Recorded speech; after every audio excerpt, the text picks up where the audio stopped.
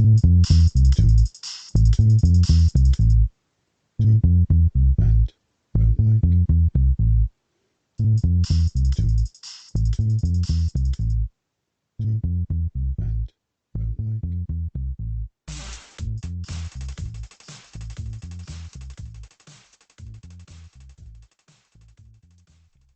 you'll hear, Christina is a natural in the podcasting business, even though this is her first ever effort, and most definitely not the last, thankfully. And despite speaking in her second language, she conveys her character brilliantly through her choice of words. When I first met Christina, she had just made team leader at an international recruitment company, and she was very excited to be working with other team leaders who had been in their positions for many years. My task of assisting them in developing their English language skills did not require anything beyond that, though of course I do tend to meander through various other topics of social and business importance. Yet even I have the ability, beyond my mundane tasks, to identify confidence, wit, and intelligence in people. And Christina exhibited all in abundance from the very first hello. That she has gone on to set up a recruiting company and to run it herself comes as no surprise. I have been very fortunate to not only meet many wonderful people on the way, but I have also been lucky in that the vast majority of the people I have worked with have been professional, respectful, and keen to learn. Christina is in the very top bracket of those people. Thank you, Christina, for your time, and I look forward indeed to our next chat. I'm joined today by Christina, who is a recruiter in the pharmaceutical industry. And I've had the pleasure of having met Christina a number of years ago, and it's wonderful that you are still willing to communicate with me. Christina, welcome. Thank you, Zach. Thank you for having me. Nice to see you again. Yeah, it's amazing, isn't it? Because we kind of we worked together. What's about 8 years ago, more or less? Yeah, I think so. Yeah, 10 years ago. I think it was 9 years ago. Amazing. It's been a long time. Flies, yeah. My word. Anyway, but okay, you're still doing what you do. I'm kind of still doing what I did. But yeah, talk to me a bit more, because you sort of changed a little bit from where you were, and you sort of specialized further into sort of pharmaceutical recruiting. Is that correct to make that observation? Yeah, exactly. Yeah, Zach, you and I, we met in a big recruitment company here in Berlin. And I started there as a consultant and recruiter after university, and became a leader, a department manager in this business. And so I did this for many years. There was no specification or focus, like, how should I say, in the area, or let's say a general area of focus was recruiting for the industry, engineering industry.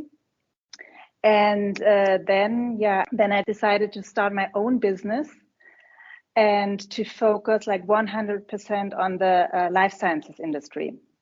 And this is what I have been doing for the last 3 years. So I'm a founder and managing director of Andris Capek Consulting, my own company. And I've been doing this with a business partner, a friend of mine, for the last 3 years. Okay, well, I mean, first of all, congratulations. It's fantastic that you would be, it's an adventure, right? I mean, it's a big risk, and you've jumped into that. But could you, before we get to that bit, because that's a huge step. I mean, it's something that I'm not sure I'd be brave enough to do. But can you tell me, when you talk about life sciences, can you give me a bit more detail into that? Because I'm not sure that I would completely understand. Okay, so we fill management positions for the pharmaceutical industry. Let's say pharmaceutical industry. So our clients are producers of pharmaceutical products, or vaccines or all the things that make us healthy. Let's say that way. Okay, Or all that right. keep us healthy. Okay, and this is hence life science. Okay, so that's Yeah, the life sciences could be the pharmaceutical area or the biotech area or the medical device area. So okay. these are three different branches in the life sciences industry in general. Okay. And what was it in particular that interested you? As in, you've to focus so specifically on this kind of area, there must have been some sort of background motivation for you. Mm-hmm. So I would say, first of all, I mean, the industry does something that I think is one of the main improvements in society. So they help us to keep healthy or to become healthy. This is one thing, but also it's a highly academic area of science, and this is what I like to. I like people that work in this kind of area. So this was another motivation, and the third motivation was that it's an industry that is quite stable. You're out there fighting sharks sometimes. I guess not all the time. It's not a All the completely time, bad. yeah. It is, yeah. Is it Yeah. very aggressive? Yeah. Yeah, I mean, the recruitment job market in general, sometimes clients tell me, you're working in a shark pool, Kristine. Okay, all right. So shark's definitely the term for it. Yeah. But I mean, you've always come across as somebody who's empathetic. You don't come across as a sort of typical recruiter in the sense that you don't have that aggressive characteristic. You don't have the everything for money drive. And I do recall people who worked with you, but also within your team that you were managing. They always spoke very positively and highly about the way that you communicated. It's a very overused term, and some people don't necessarily appreciate it. But you're a very nice person, is the way that you come across. Yeah? And Thank you. but that's also what people who know you much better than I have said. As in, you've always been approachable. Somebody that if they had a problem, they could come to you, and they could expect you to be understanding of that. How does that fit in with such a potentially aggressive industry? Maybe it's the exception of the rule. I don't know. No, I don't think so. I think in every industry, there are nice people and not so nice people. And I have never thought about it when I started, like back in 2009. I never thought that the recruitment industry is a shark pool. Sometimes you can feel it, you can see it, you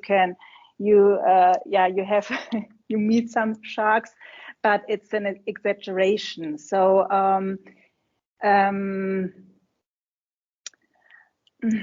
maybe you could say that in businesses or in sales in general. I mean, the recruitment industry is basically sales. So in sales, there's always a lot of competition, and this attracts people who are highly competitive. And maybe this goes with less empathy. I don't know. So it attracts a certain type of character, but I wouldn't say that in general. So I have met in the business a lot of super nice people, like my team members, for example, and other people from my other company.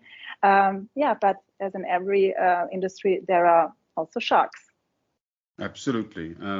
Now, there are going to be lots of questions that spring to my mind, so I'm going to perhaps be, in some ways, this is an improvised conversation, even though we've got our topics. But as a team leader or manager, clearly you have certain goals, as in budgetary goals or targets that you need to achieve. However, being the person that you are, would you say that you were more drawn towards people who you liked or people who you thought would reach the targets you set them? As in, what was more important to you? Or is there some way of mixing the two? I think both is important. I've always wanted to do my best, and that my team members could do the best in their jobs. And it was always, or still is, important to me to reach my goals, and I think that it is possible to do that with nice people, with good people that I like, and who have the competencies and the drive to go for it. Mm. And do you feel it's your role, for example, as a manager, that when you see somebody who you like, you think they have potential, but they're not quite hitting the level, do you put time aside to train them up, to help them through difficult moments? Are you supportive, or are you the kind of person to turn around and say, hey, you're going to be out on the street if you're not careful? I mean, what's your approach? No, I think that's the core of a leader, of a true leader, to train people. To train people, to give them support, because when you start in a new role, in a new position, you have always to get adopted, to get used exactly, to get used to it, to know the job, to get into the job, and you need support. I mean, this is also what I got during my training time, my first job, and this is also what I love about being a leader, to see that you can develop a person into like a high performer almost out of nothing. So yeah, which I guess must also give you a lot of not just reassurance, but sort of a sense of satisfaction, because you can look at somebody and see how they've developed into the person that they have become, and you could say, I helped with that process. Yes, this is something that I love. I mean, to see how employees, team members develop, how they become a great employee, and how they become happy in their jobs, because at the beginning everything is new, you're insecure, you're not sure about your path or your development, and it's really nice to see that people succeed and that they are happy in what they do. And I mean, human resources traditionally is like a sector or a department which is people, they say, hiring and firing, but that's not the way it is anymore. And companies have got a very dynamic department. Some people call it people and culture. Some people refer to it as I suppose some other kind of training department. Mm-hmm. Does this development make it easier for you to create relationships within the companies with whom you work?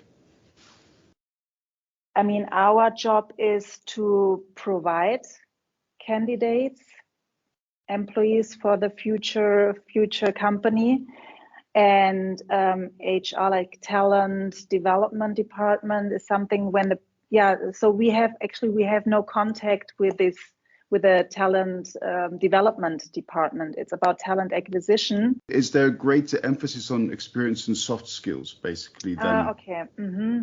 I mean, what has changed is that if you want that employees stay over a longer period of time in your company, you have to figure out what is your vision as a company, your culture, your way you want to work together, and does this fit to the values of the candidates?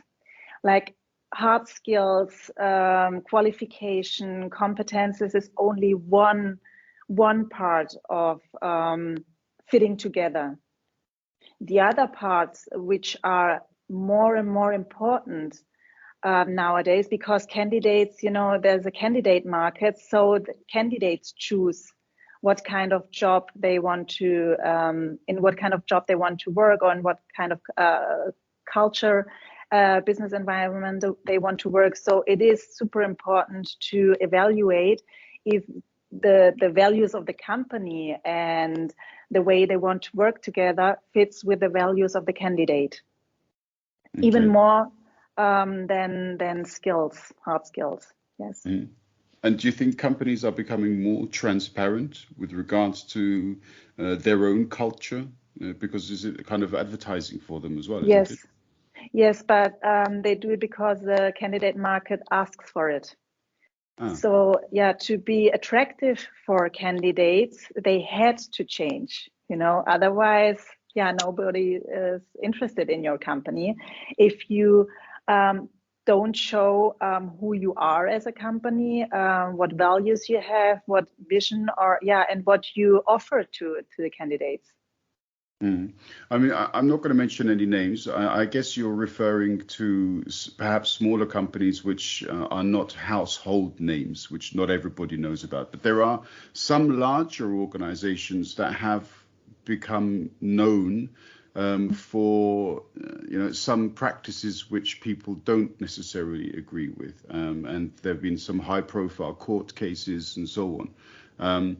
So, is it that you're saying the individuals have increased their influence on the market because of this? Yes, yes, they have. I mean, um, companies are fighting for talents, war of talent. It's really not just a saying. It is like this. I mean, it's not war, but it's similar to it, because I mean the German economy is growing and growing, and there are less and less like yeah, experts and leaders.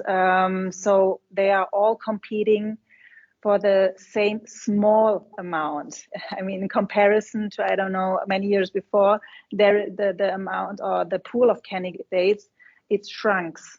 Mm. So yeah, the power of candidates has become stronger over the Mm. past years. Mm. And does that also have the effect, no, the knock-on effect of pushing up wages within the sector too? Of course, yeah, this is also one thing, pushing Mm. up, but only for academic people. We have another development that in the lower level expert jobs, we have the other development that the wages. I mean, of course, we have a minimum wage now, which is super good, but still we have a big, in German it's called Niedriglohnsektor, low wages sector, the biggest in Europe actually. And so this is the other development. Yeah, interesting. But on the academic level, wages have been rising. Mm. I mean, a lot of people tend to differentiate between sort of government work, so as in sort of public sector in that sense, and private sector.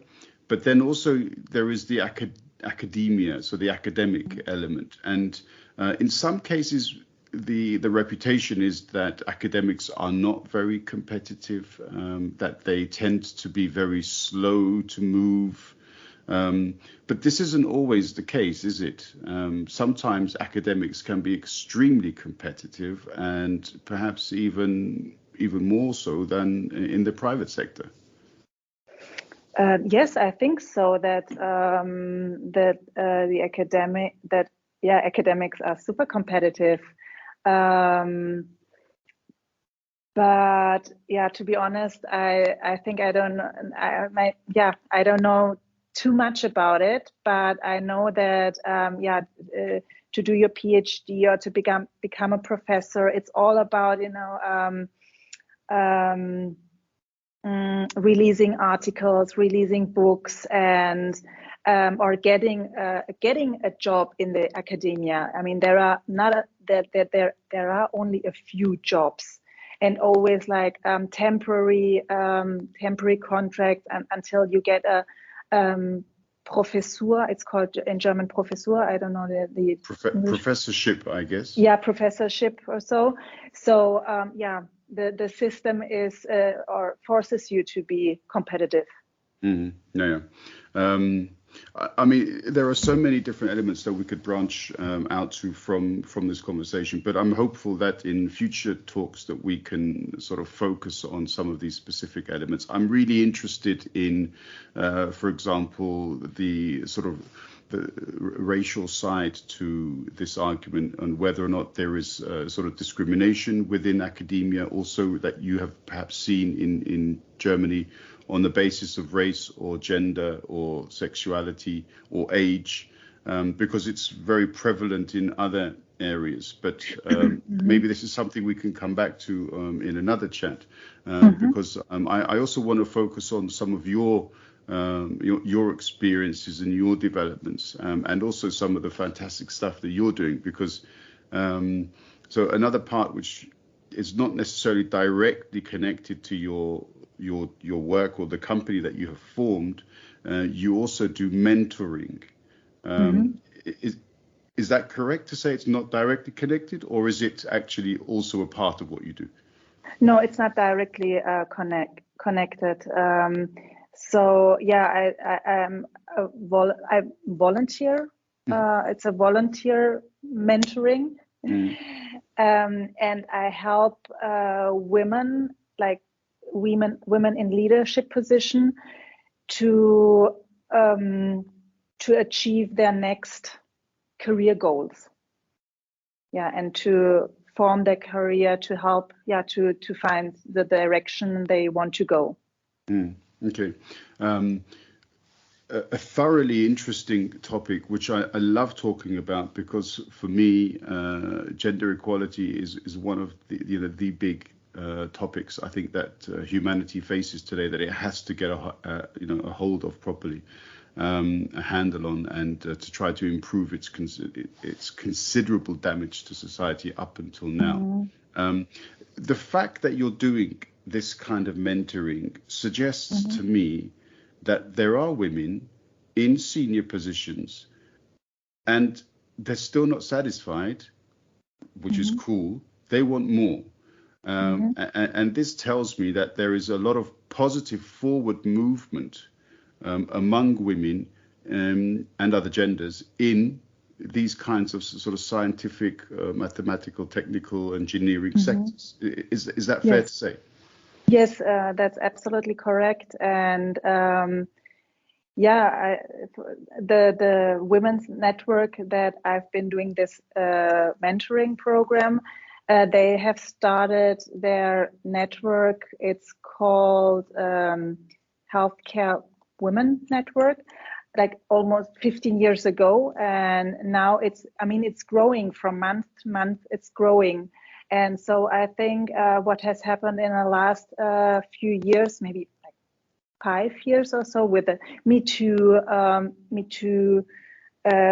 situation or development. So a lot of things are going on, and women know that they are capable of doing great jobs, but they need to build the structures and to support themselves to get into the positions, because the structures don't allow them to get into these positions they would like to be.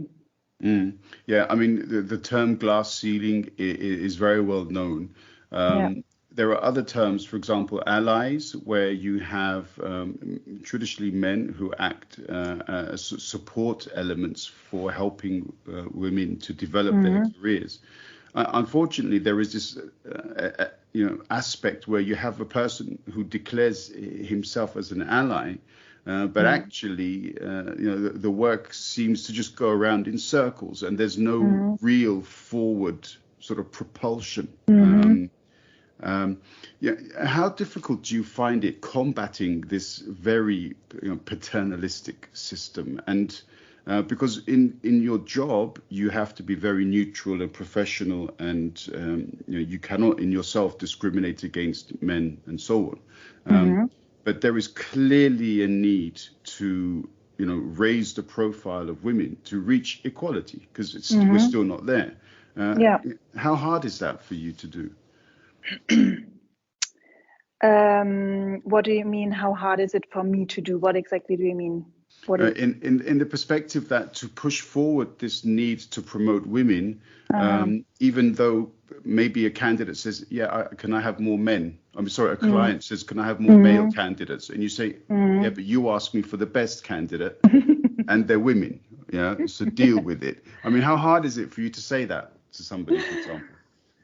It's difficult to say that, to be honest, in my position. So, and I think that I don't want to get you into trouble. No. There is no sense in discussing things like this with people who have this mindset that they had for like 20, 30 years, and it is not my task to do that in my professional life every day, to fight fights that I cannot win. So I think it it is better to put my effort in things that I can change, and that is to support women, to talk with men who have not this strict mindset about women, and to do this in daily life. I mean, I'm talking almost every day about inequality, gender inequality, with my male friends, with my partner, with my family, and not only with male, also with female friends and clients, business partners, because also female supports this patriarchal system. So, but you need to know where it's worth to go into a fight and where it's not worth to go into a fight. Yeah, absolutely. On a personal note, do you find it more surprising that sexism and misogyny still exists, or do you find it more surprising that there are still so many women who accept it? What for you is the most surprising, or is it that you just simply think both of them are surprising but also understandable? I don't know if it's really surprising.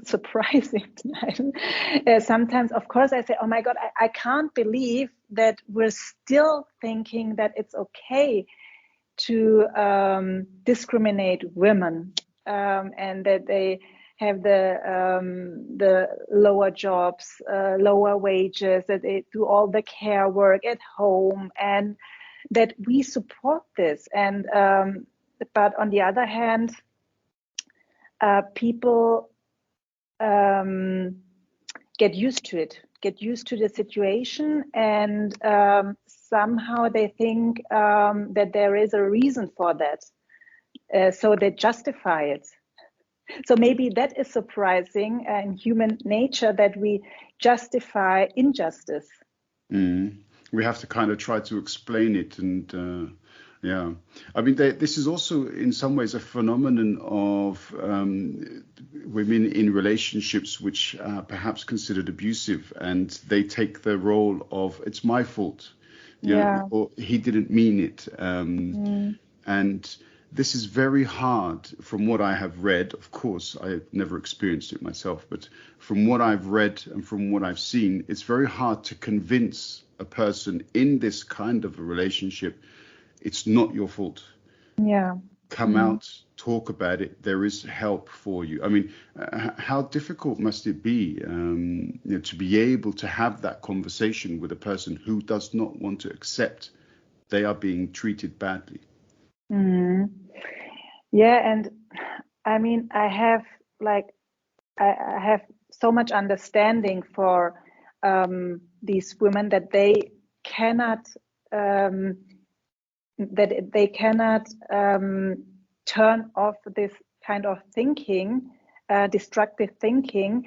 But before that, it was like 20 years, 30 years, or even more years of socialization, where we women were told that it is our fault if something happens, if somebody is not nice to you or abuses us. Yeah, it's always a woman's fault. Yeah. I'm familiar with a number of cases where witnesses have come up and said, yeah, but look what she was wearing. She asked for it. She wanted it, and so on. And this was also, I think, famously when Mrs. Merkel came out and said, no means no. It doesn't matter what a person is wearing or anything else. Do you think that message is finally getting through? No means no. No. No, it's super difficult to understand and I'm not judging right now. It's super difficult for men to understand how in what kind of world women live and what kind of experience they have every day. So in my experience, men don't realize what all this in our system where we live in, what this means for women. And so first of all, they know because they don't have this kind of experience themselves. So this is difficult to understand what's going on for another gender. Then even though all these things in society change slowly but steadily, even though maybe you're not thinking about it or you're not that interested in it or stuff like this. So there is a need to talk face to face with men many times to explain the side of the woman. As an example of this, I remember speaking with a student, and I always ask my students what their plans are for the weekend. And on this occasion, they asked me, and I said, I'm going to go for a run tonight after the game, after the football match. And one of my female students said, you go running at night on your own? You know?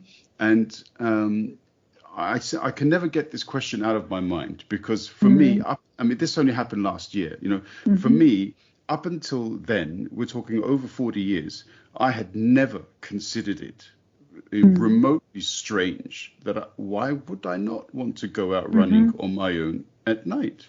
Yeah. You know?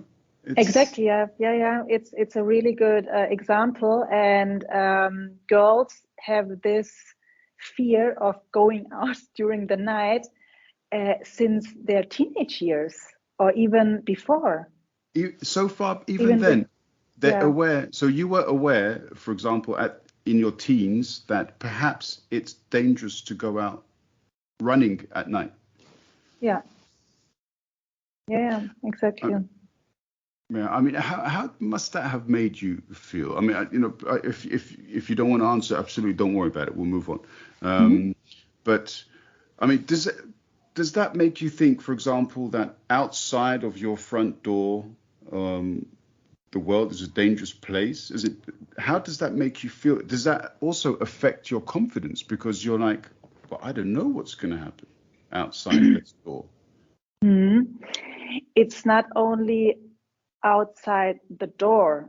I mean, for most women, the danger is inside the door, in the circle of family and friends. But we have always this picture of a stranger standing in the park and waiting for women. But actually, the discrimination or the abuse or all the facets of discrimination, or I don't know how to say discrimination and abuse and rape and whatsoever. All this happens in your close circle. And you realize it, first you don't know exactly what's happening.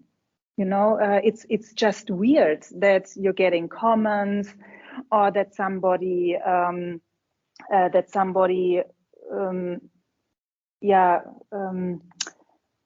how should I say, treats you differently, or somebody wants to belittle you because you're a girl, or somebody touches you the way you don't want to, or so.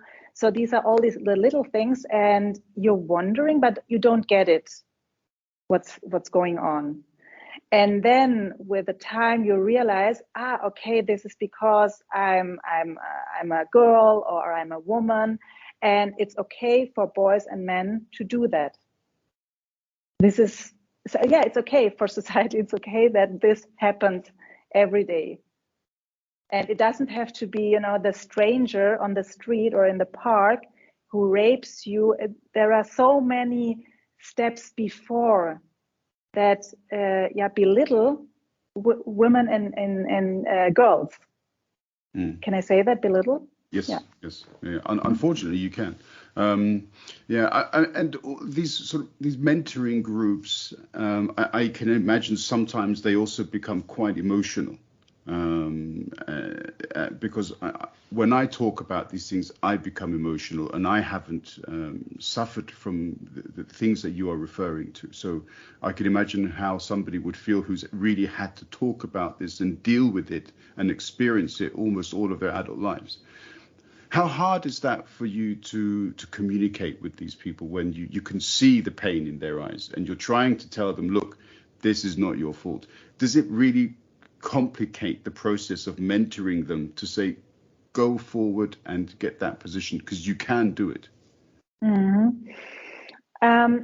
When women are with themselves, in a group, so it's not that that you can see or that we're talking about all these things and almost crying or to relive or to relive all the situations. We're more like, hey, can you imagine that this happened to me?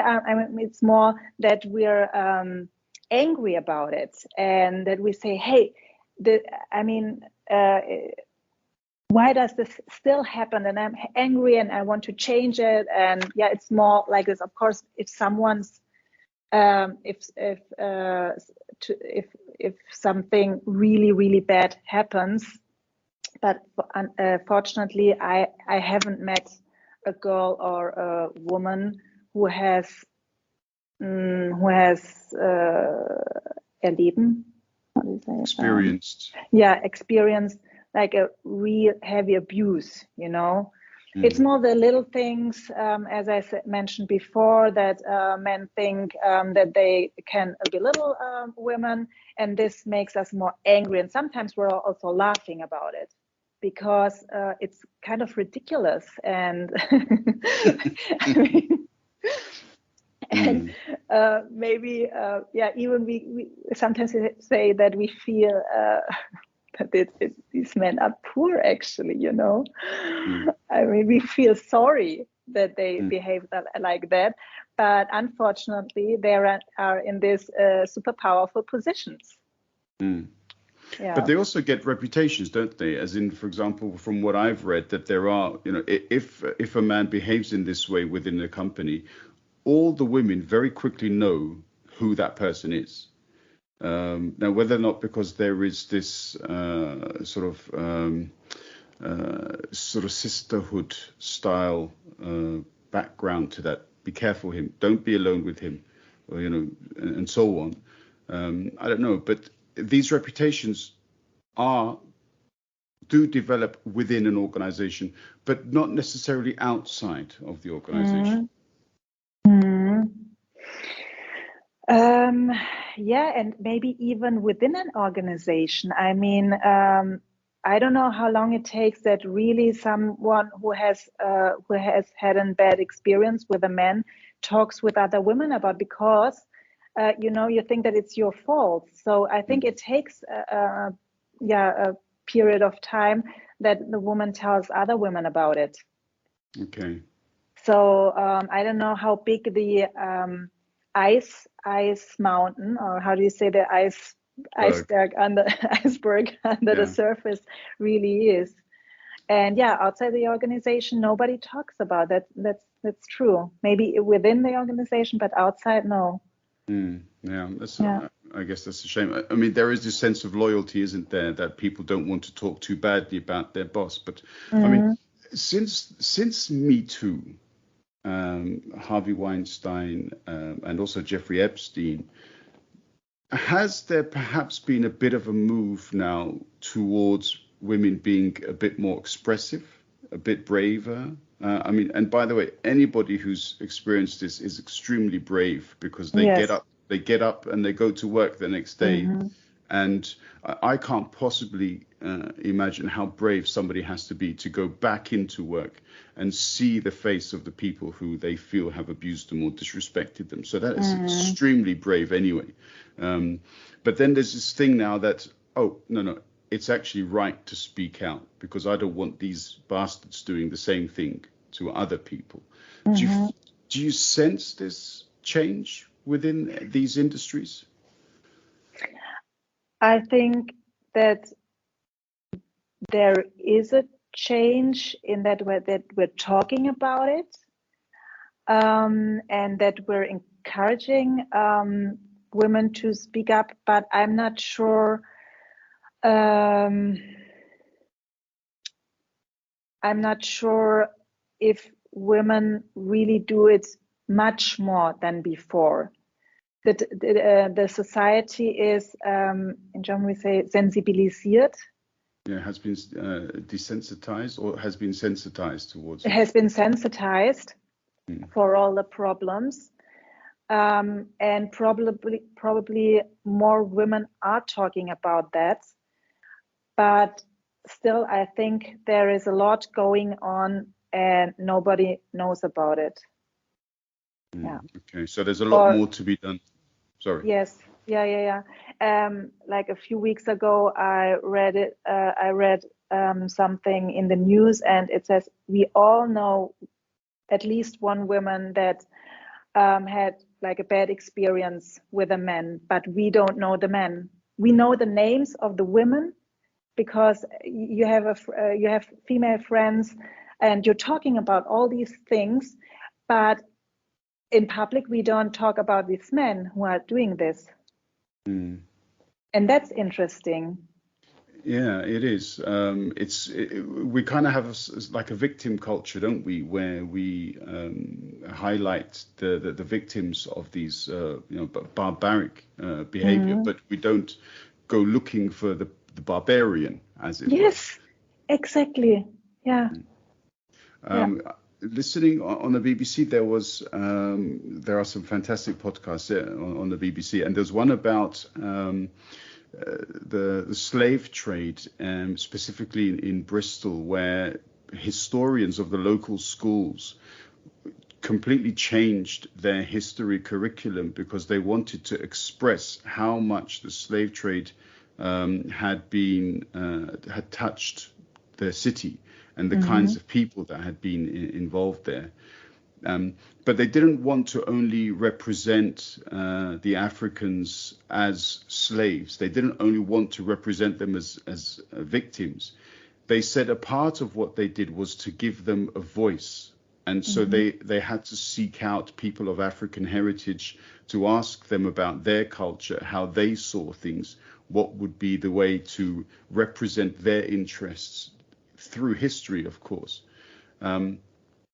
Should there perhaps be a similar exercise in where we look at the women who have suffered abuse, but not treat them as victims, but listen to their voice as, the English feminine term is heroine, as heroines, as it were, people who have survived, people who can set the example for how to get up and move forward. Is it perhaps not long overdue that, as you say, we don't refer to them as victims, but we refer to them as a far stronger category of person? I would do both. I think it's important to recognize that to someone has happened something bad, and to say, hey, you have suffered and you are a victim. I recognize that and I can see that. But on the other side, you have survived. Hey, not only to put the label on victim, but also to give them a voice, as you said, to let them talk about it, and to see how strong they are that they survived. Yeah. And to I think celebrate that both courage. is important. Yeah, and to encourage, exactly. Yeah, I mean, we could talk about this, and I would happily listen to your input on this topic for many hours. But I'm hopeful that we will have more opportunities to talk about that. When we were talking, when we met for the first time in 8, 9, 10 years, a few weeks ago, we also discovered that we have other similar interests, and one of them is the climate. Um, how do you feel about we still don't know the complete agenda of the new German government. Are you encouraged? Do you feel a bit more positive about the new coalition? A bit, yes, to be honest, because the government before with the CDU, CSU, and SPD, there was no development into the future. So we have talked for so many years about the Pariser Klimaabkommen and about all the climate conferences before. So we have known for 40 years or so what's going on there with our climate, and nothing has happened, or like super small steps. And so now one commentator on the news said that with this new coalition there will be a change. That's for sure. We will see how it will, in what direction it will go, but there will be a change. That's sure. So maybe it won't be enough, Zach. So I'm losing faith that it will be enough to prevent us from the worst that is coming, in the future. And we know what is coming. There is a big catastrophe in front of us. And I think I'm not exaggerating, because that is what experts tell us every day. But most of the people don't realize what's in front of us. And there is always this practical side of politics. So you need to be practical, pragmatic. You can't change society overnight, the economy and all the things. And so, I think this will be a practical, pragmatic approach to prevent us from the catastrophe. I mean, and in some small way connect the two topics that we've discussed mainly. Greta Thunberg, a fantastic young woman, an example of a brave person who wants to take a step. Now, she's obviously a very controversial character for some, parts of society. However, I have nothing but respect for, young people, young women who step up and put herself in front of the world and say it's not enough. It's interesting, isn't it, how afraid of her some very well-established conservative politicians and groups are. All of these groups take a shot at Greta. Some silly people say she should be at school, she's only a kid, and so on. But this is just because they have nothing better to say to her. I mean, this Fridays for Future, does it inspire you to see, Greta and other young people really saying, no, we want something different. This is not right for our future. I admire her too. And I think it's amazing that with Greta, we could see that one person can make a difference in the world, not only in Europe, or I don't know, in a small circle, but in the world. And how often do people say, I can't change anything? No. First of all, the others have to do something. If I don't fly, or if I stop eating meat, or if I go to the elections, I won't change anything. But actually, one person can make a big difference. And so, what did I want to say? What was the question? No, but I mean, are you inspired by the youth, as it were? Because they really do want to change things, don't they? I don't know if I'm inspired because I thought that they, first I thought, wow, the youth really wants to change something, and they go onto the street every Friday and they fight for their future. I mean, it's really their future, but they want to make a difference now, and I think that's strong and great. But when I saw that only 20% voted for the Green Party in Germany, and 20% also voted for the FDP. And the FDP, I mean, they want to prevent they want to preserve the world as it is right now, our privileges. They want to preserve our privileges in Germany, and to preserve our privileges and to save the future doesn't go that well together, I think. So there is one big group of young people and they want to they want to save the planet, their future. And on the other hand, there is also quite a big group of young people that want to be able to live in their privileged world and to change. And that means that they don't want to change anything. Yeah, I mean, this target that the new coalition has set of, sort of phasing out coal by 2030.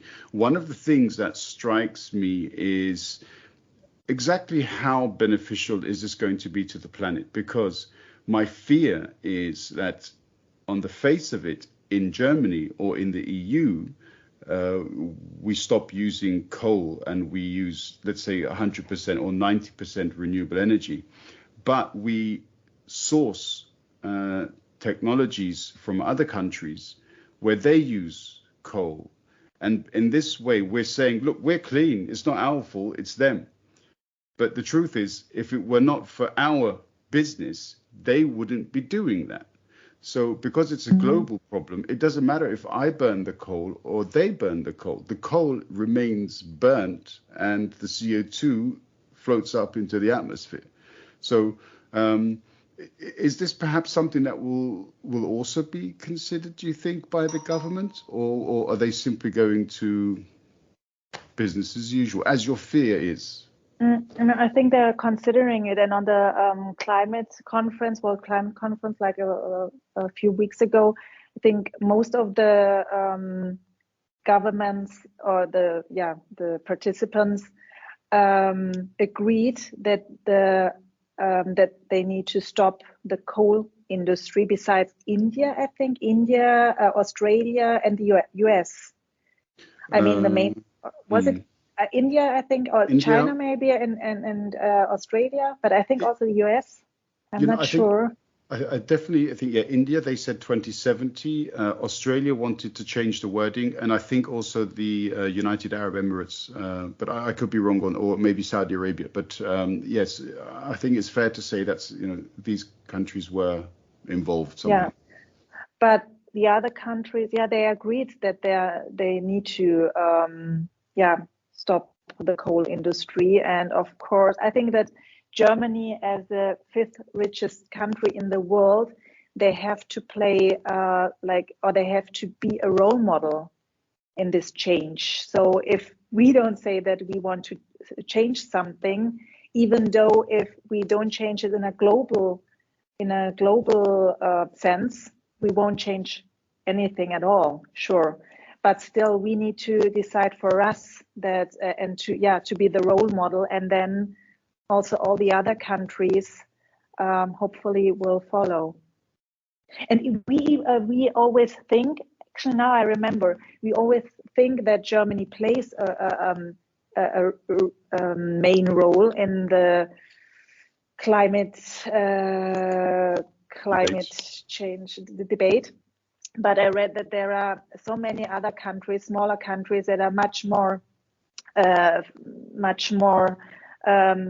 developed in this way, and that they have changed so many things, and that Germany is falling behind.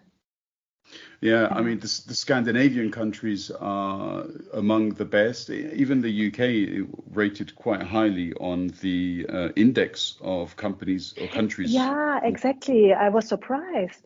Mm. Even Great Britain, yeah. And so I thought, oh my God. Yeah, what's happening here? Huh? And yeah, how have they manipulated that?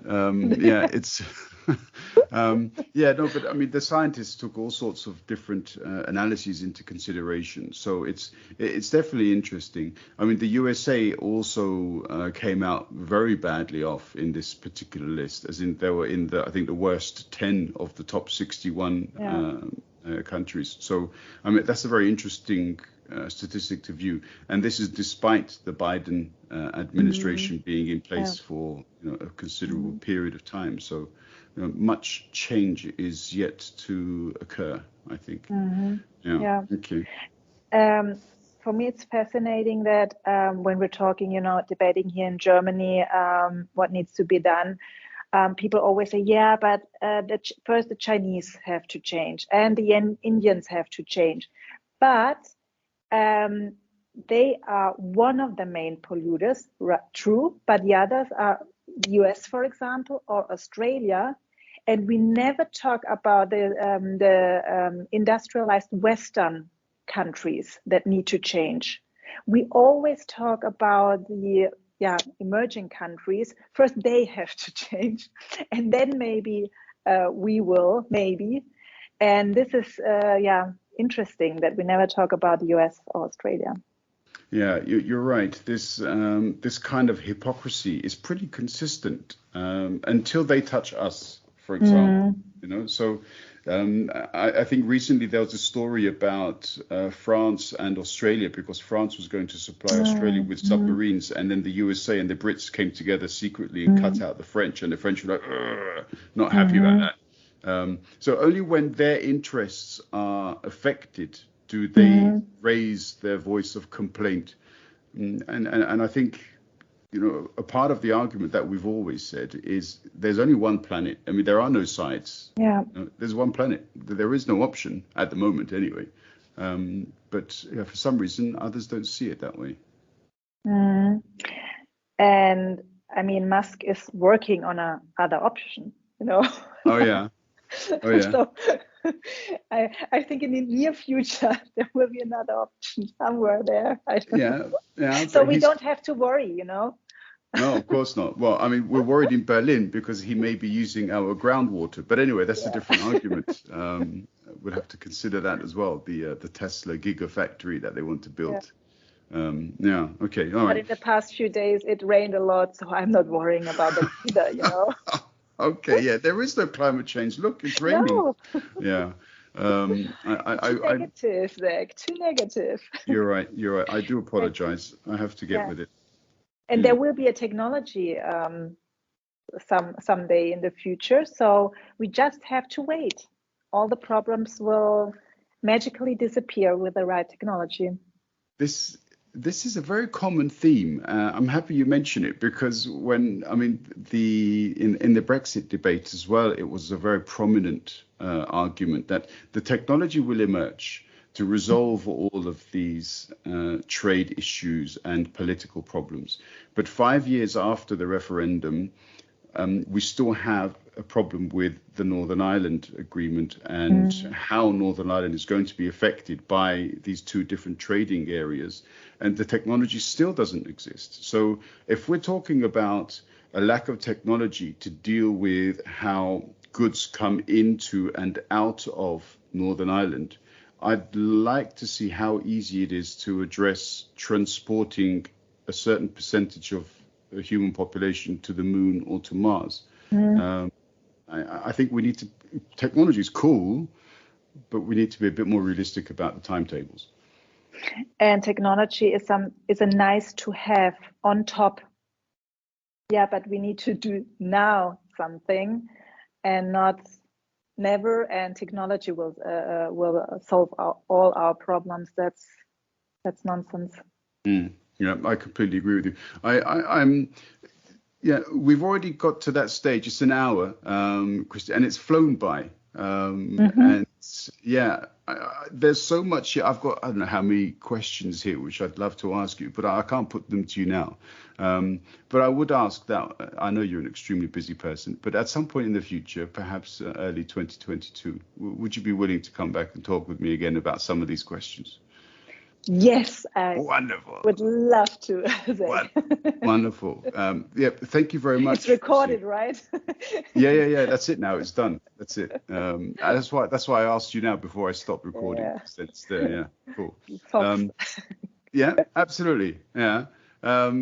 Thank you very much for your time and for your wonderful input and your thoughts. And yeah, what can I say? I wish you all the best for the concluding part of 2021. Yeah, thank you, Zach. It was a pleasure talk to you. Yeah, thank you so much for inviting me to your podcast. And I also wish you all the best and looking forward to our next podcast.